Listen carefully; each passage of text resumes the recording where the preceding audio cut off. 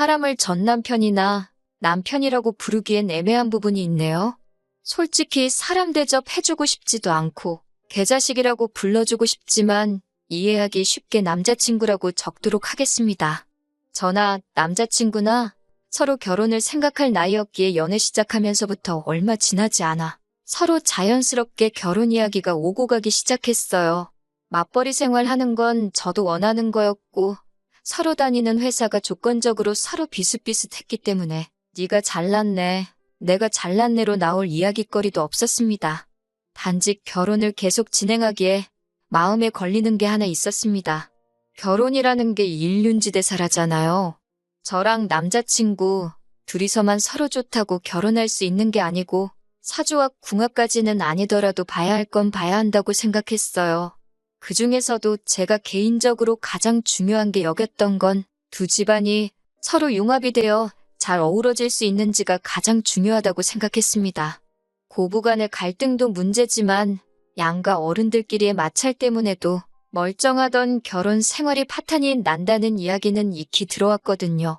그렇기에 제가 이 사람을 남편으로 받아들이기 전에 먼저 남편 될 사람의 가족을 충분히 겪어봐야 한다 생각했습니다. 하지만 당장 남자친구의 부모님을 만날 방법이 없었습니다. 남자친구는 어릴 적에 온 가족과 함께 미국으로 이민을 갔다고 했어요. 혼자 이민 생활에 적응을 하지 못해 한국으로 혼자 귀국을 하게 되었다고 했습니다. 가족들부터 친척들까지 전부 오래전에 미국으로 건너가서 다 같이 사업을 하고 있다고는 연애하면서 알게 되었어요.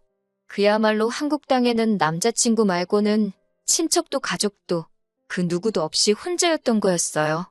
그 당시에는 비록 월급은 적지만 혼자 혈혈단신으로 자립해서 살고 있는 모습이 생활력 있어 보이고 자립심 있어 보였습니다. 그 모습 덕에 제가 남자친구를 좋은 신랑감으로 보고 있었기도 하고요. 요 몇 년 동안 해외 입국자 격리다 뭐다 해서 남자친구의 부모님께서 한국에 올 수 있는 상황이 아니었습니다. 저희가 미국에 가는 방법도 있었지만 휴가 일수보다 자가격리를 해야 하는 일수가 더 길었기 때문에 그 방법도 쉽지가 않았어요. 남자친구는 상황이 이런데 어쩌겠냐고, 가족들 어차피 미국에 사느라 볼 일도 없는데 그냥 전화로 대충 하면 되는 거 아니겠냐고 신경질을 냈었습니다. 하지만 저도 호락호락하지 않았어요. 선 결혼 후 인사라니 그렇게 하고 싶지도 않았고 제가 남자친구 가족을 알아가는 만큼 양가 어른들께서도 서로를 알아보는 시간을 갖는 게 필요하다고 생각했기에 유선상으로 대충 넘어가고 싶지는 않다 했어요. 남자친구라도 저희 부모님께 먼저 소개시켜보려고 했던 적이 있었습니다. 그런데 남자친구 어머니께서 그렇게는 하지 말라고 하셨다네요. 여자가 먼저 남자 쪽에 인사를 하는 게 순서라고 했다고요. 청혼 후에 남자친구가 저희 부모님께 먼저 허락을 받는 게 맞는 순서라고 생각이 들긴 했는데 순서가 뭐가 중요하겠어요. 제 생각에는 남자친구 쪽에서도 결혼 이야기를 이렇게 미루기 시작하면 제가 마음이 조급해져서 전화상으로 결혼 진행을 하자고 들 거라고 생각해서 그런 게 아닐까? 하고 그냥 넘겼습니다. 저도 제가 고집 부리는 거 알고 있었고 그 생각을 바꿀 마음도 없었거든요. 백신도 개발된다 하고 자가격리도 금방 지나가겠지 했는데 그렇게 오래 걸릴 줄은 몰랐어요. 덕분에 결혼 준비는 더 이상 진행이 되지 못했습니다. 작년 말부터 해서 상황이 나아지는가 싶더니 또 변이 바이러스다 뭐다 해서 미뤄지고 미뤄졌어요. 그러다 올 봄부터 해서 하나둘씩 풀리기 시작하면서 결혼 이야기가 빠르게 진행되기 시작했습니다. 그만큼 저도 남자친구도 오래 기다렸기 때문에 저도 이제 결혼을 하는구나 싶었고 조금 들떠있기도 했어요. 남자친구 가족들이 친척들까지 전부 해서 미국에서 살고 있다 보니 회사 다니고 있는 저나 남자친구가 휴가를 내서 미국에 다녀올 수는 없었습니다. 결혼식을 한국에서도 올리고 미국에서도 올리고 해야 했었으니까요. 그래서 남자친구 부모님이 한국에 잠깐 방문하시는 걸로 정해지게 되었는데 아버님 쪽에 사정이 생겨서 어머님만 혼자 오시게 되었어요. 도착 일정이 토요일이라 저도 같이 공항으로 마중을 나갔습니다. 한국을 거의 20년 만에 처음 오신다고 들었습니다. 남자친구도 가족들과 떨어져 살면서 어머니를 거의 10년 만에 다시 만나게 된 거다 보니 엄청 들떠 있어 보였고요. 입국장에서 감격의 모자 상봉을 옆에서 지켜봤는데 제가 다 눈물이 찔끔 날 정도였습니다. 어머님은 작은 체구의 평범한 인상을 가진 분이셨고 웃음도 많은 분이셨어요. 평소에 남자친구랑 전화통화하면서 제 이야기 많이 들었다고 하면서 아들이 한국 땅에 혼자 지내면서 외로움에 많이 힘들어했는데 제 덕분에 당신들 마음이 많이 놓였다고 하시면서 고맙다고 하시더라고요. 제 고집 때문에 결혼도 미뤄지고 중간중간 오고 간 이야기 때문에 저를 안 좋게 보실 거라고 생각했었는데 저를 좋게 봐주고 계신 것 같아서 마음이 많이 놓였습니다.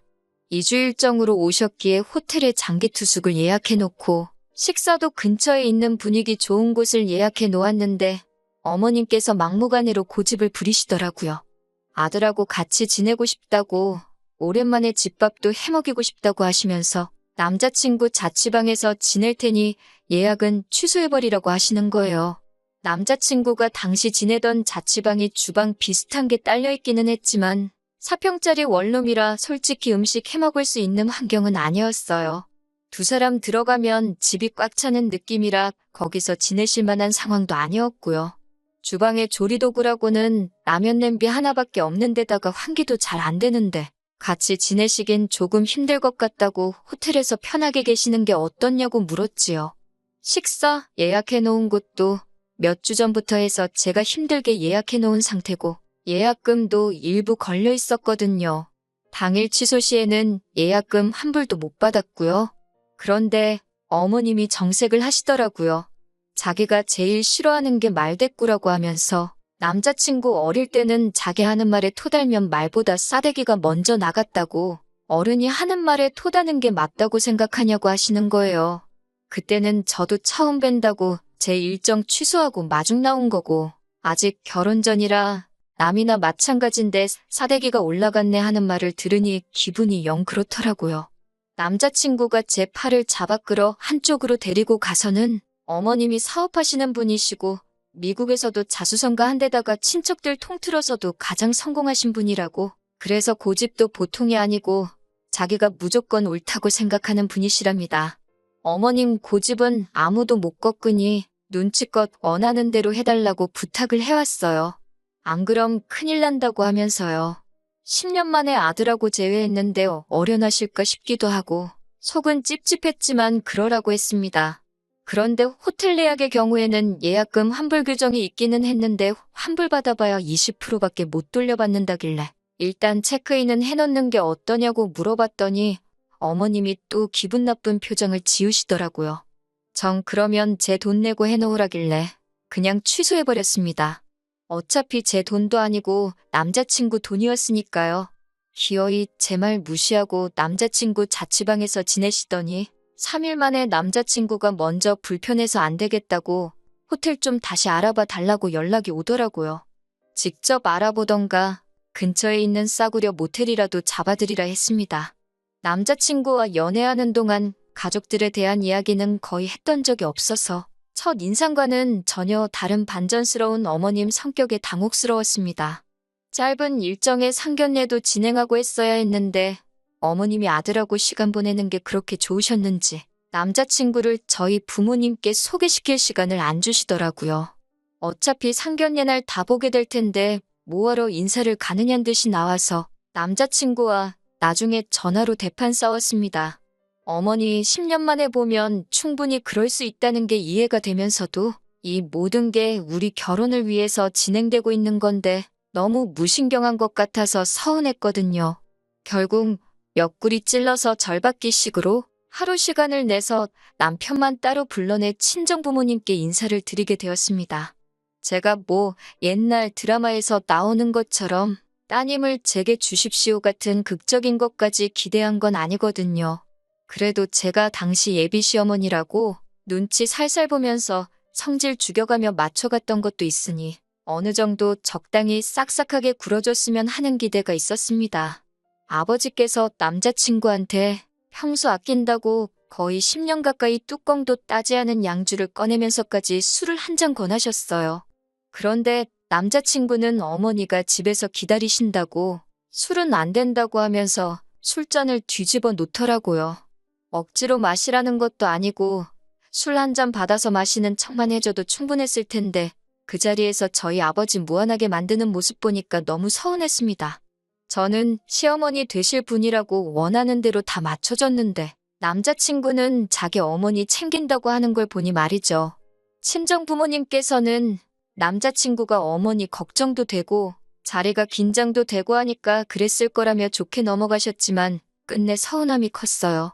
그래도 저희 부모님은 그동안 제가 남자친구와 결혼을 전제로 쭉 연애해왔던 걸 옆에서 지켜봐 오셨고 살아보면 생활력 있는 남자가 최고라고 하면서 어느 정도 마음에 들어라 하셨던 것 같아요. 그리고 이틀 뒤에 양가 상견례를 진행하게 되었습니다. 어머님 일정에 맞추다 보니 시간이 빠듯해서 상견례 자리에서 최대한 많은 이야기를 나눠야 했습니다. 신혼집 문제에 대해서 이야기가 오고 갔어요. 남자친구 친척분 중 한 분께서 은퇴 후에는 다시 한국으로 역이민을 오려고 하시는 분이 계셔서 한국에 집을 미리 사두셨다고 합니다. 서울은 아니고 경기도 쪽 구도시에 있는 오래된 아파트라고 하더라고요. 결혼하면 그 집을 비워놓을 테니 일단 그 집에서 신혼살림을 차리는 게 어떻냐고 하시더군요. 남자친구 부모님이 현재 미국에 진행 중인 큰 사업이 있어서 돈이 묶여있는 상황인데다가 한국으로 송금 시에 세금 문제도 있고 해서 당장 집을 해주기에는 무리가 있다고 하시면서요. 다행히 그 지역에서 회사까지 대중교통으로 통근이 가능한 거리이기도 해서 신혼생활을 거기서 시작하는 건 큰 무리가 없겠어서 저도 좋다고 했습니다. 제가 모아놓은 돈이나 저희 부모님이 지원해주시는 돈은 남자친구 부모님 돈 문제가 해결돼서 진짜 신혼집을 구할 때 그때 쓰겠다고 했고요. 그런데 남자친구 어머니가 그래도 신혼집인데 리모델링 정도는 해야지 않겠냐면서 남자 쪽에서 집을 한 거나 마찬가지니 저희 보고 리모델링을 하면 좋겠다고 하는 거예요. 저도 오래된 아파트보다 고쳐놓은 집에서 사는 게 좋지만 그게 돈이 한 푼 두 푼이 드는 게 아니잖아요? 거기에 남자친구 친척분이 은퇴 후에 지낼 집이라고 하니 명의 문제도 있었고요. 어떻게 해도 내 재산이 될 수 없는 집이나 마찬가지인데 남의 집을 제가 고쳐가면서까지 그 집에 살아야 할 이유가 없다고 생각했어요. 차라리 집을 해주실 때까지 남자친구가 불편하더라도 저희 부모님 집에서 사는 게 더 낫지 않겠냐고 한마디 했습니다. 저희 부모님도 그건 아닌 것 같다고 나중에 아이들 명의로 집을 구하고 그때 리모델링이 필요하면 그렇게 하는 게 좋겠다고. 리모델링까지는 아니지만 장판이나 도배 정도는 새로 하고 가전이나 가구 같은 건 이사 갈 때 도로 가져가도 되는 부분이니 그건 저희 쪽에서 책임지겠다고 하셨어요. 남자친구 어머니도 저희 부모님 앞에서는 고집을 따로 부리지 않았고 그럼 그렇게 하자고 이내 수긍하시더라고요. 중간에 조금 문제가 생길 뻔했지만 아무튼 당장 결혼 후에 머물 집 문제는 해결이 되었고 결혼식 이야기로 넘어갔습니다. 예식장의 경우는 저랑 남자친구가 전부터 알아본 곳이 있었어요. 그런데 남자친구 어머니가 결혼식은 나중으로 미룰 수 없냐고 하더라고요. 무슨 문제라도 있느냐 물어보니 미국에서 진행하는 사업이 끝나면 친척들도 전부 다 데리고 오시겠다고요. 남자친구가 한국에 인맥이 거의 없고 불러봐야 회사 동료 정도밖에 없는데 다 불러봐야 20명 남짓 되겠더라고요. 최소 보증 인원 때문에 식대는 식대대로 나가고 신랑 측 하객석이 텅 비어있으면 아들이 기가 죽지 않겠냐고 부탁을 하셨어요. 안 그래도 미뤄진 결혼인데 더 미루자고 하시는 말씀이냐 하니 그건 아니고 일단 저희 부모님 비행기표를 보내드릴 테니 미국에서는 먼저 식을 올리자고 하시는 겁니다. 미국에서야 어차피 저희 쪽 하객은 없는 거나 마찬가지니까요. 저나 저희 부모님이 듣기에도 남자친구 하객 문제라든지 그런 것들이 어느 정도 합당한 부분이 있는 것 같아서 그렇게 하기로 정했습니다. 저희는 미국에서 식을 올리고 남미 쪽 휴양지로 바로 신혼여행을 떠나기로 했습니다. 저희 부모님도 모처럼 해외여행인데 신혼여행지에 어떻게 따라가겠냐고 하시면서 미국 동부관광을 패키지 끊어서 다녀오기로 했습니다. 그렇게 남자친구 어머니는 결혼 문제를 마무리 짓고 미국으로 돌아가셨습니다. 결혼은 확실시되었는데 웨딩사진 촬영이 끝나고 나니 준비라고 할 게 아무것도 없었어요. 한국에서 올리는 결혼식 날짜가 정해져 있지 않으니 예식장 같은 것도 알아볼 필요 없었고 집도 저희 집이 아니라 남자친구 친척 집에서 한동안 살게 되었고 예산 같은 것도 정확히 모르니 집을 알아보러 다닐 수도 없었습니다. 아무튼 그렇게 시간은 흘러서 미국 가는 비행기에 몸을 싣게 되었습니다. 그래도 비행기 타고 해외로 가고 있고 그 일정에 진짜 결혼식은 아니지만 결혼식이 포함되어 있고 신혼여행까지 다녀오니 그때서야 결혼을 했다는 게 실감이 나더라고요.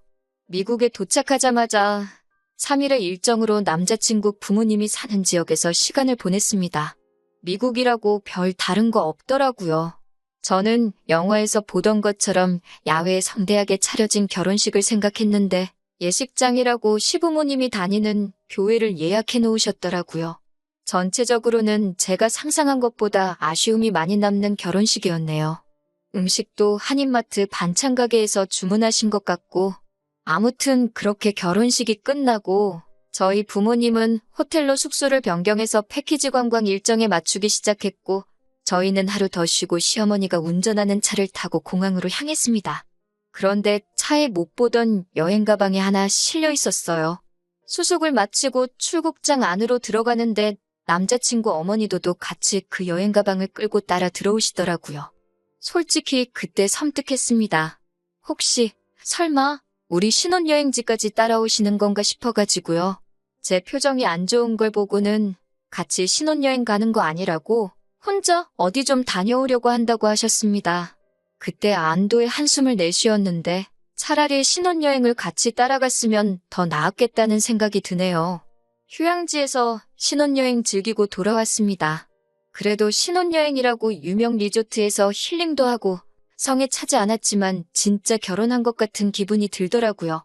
그리고 이제 각자 집으로 들어가는 게 아니고 우리 신혼집이라고 하기에는 조금 거리감이 있었지만 어쨌든 같이 지내게 될 집으로 가는 거였으니까요. 그리고 신혼집에 도착해 현관문을 여는 순간 모든 행복했던 순간들이 산산조각이 나고 말았습니다. 현관문 열고 들어가니 안방에서 남자친구 어머니가 나오더군요. 비행기 타고 오느라 수고했다고 하면서요. 이게 무슨 누가 나를 가지고 장난치는 건가 싶었습니다. 옛날에 이경규 아저씨 깜짝 카메라에 당하면 다들 어안이 벙벙해서 있잖아요? 제가 딱 그 꼴이었어요. 이게 무슨 일이냐고 물었는데 남자친구 어머니가 당당하게 보면 모르냐고 이 집에서 아들하고 같이 지내려고 왔다는 겁니다. 저번에 한국에 왔다 갔는데 너무 좋아가지고 사업은 남자친구 아버지한테 맡겨두고 한동안 한국에서 지낼 거라고요. 그동안 떨어져 지내느라 못 받은 아들 효도도 받고 며느리 효도도 받으면서 살고 싶다는 거예요. 그러면서 자기는 미국에서 넓은 집에 살던 게 있어서 작은 방은 도무지 못 쓰겠다고 아들한테 엄마는 큰 방 써야겠다며 안방에다가 짐 풀어놨다고 하는 거예요. 남자친구는 거기다 대고 그러시라고 자기는 자취생활 오래 해서 작은 방 쓰는 거 익숙하다고 하는 겁니다. 이 대화에 제 의사는 중요하지도 않았어요.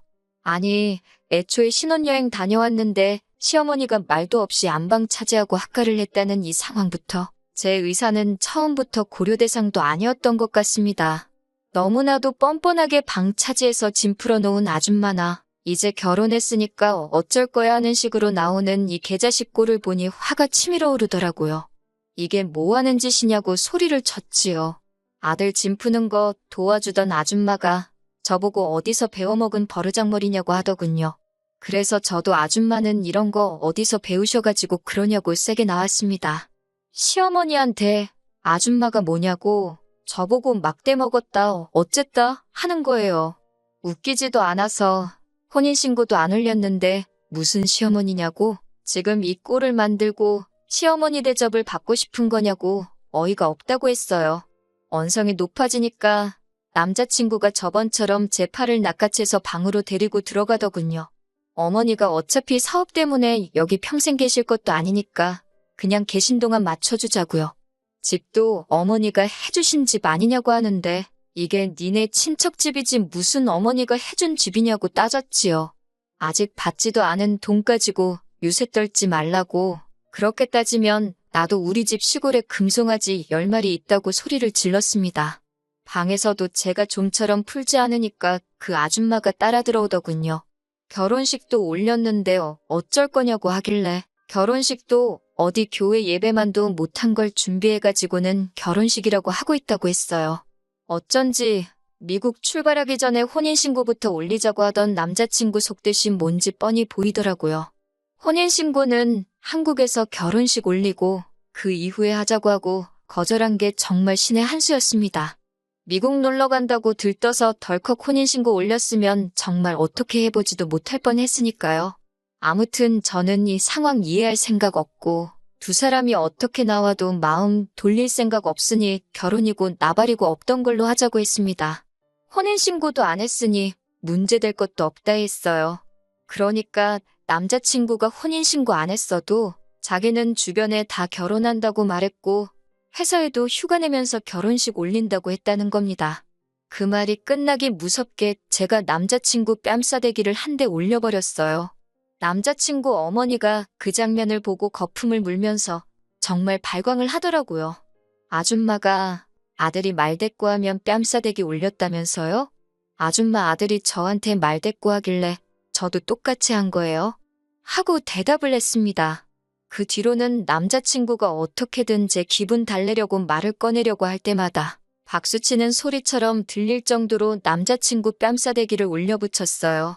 몇 대 맞더니 나중에는 말을 꺼내려다가도 제 눈만 마주치면 움찔하고는 아무 말도 못하더라고요. 제가 제 짐 들고 나오면서 밖에다가 내가 사실혼 관계이고 진짜 결혼식을 올렸고 마음대로 말하고 다니라고 했습니다.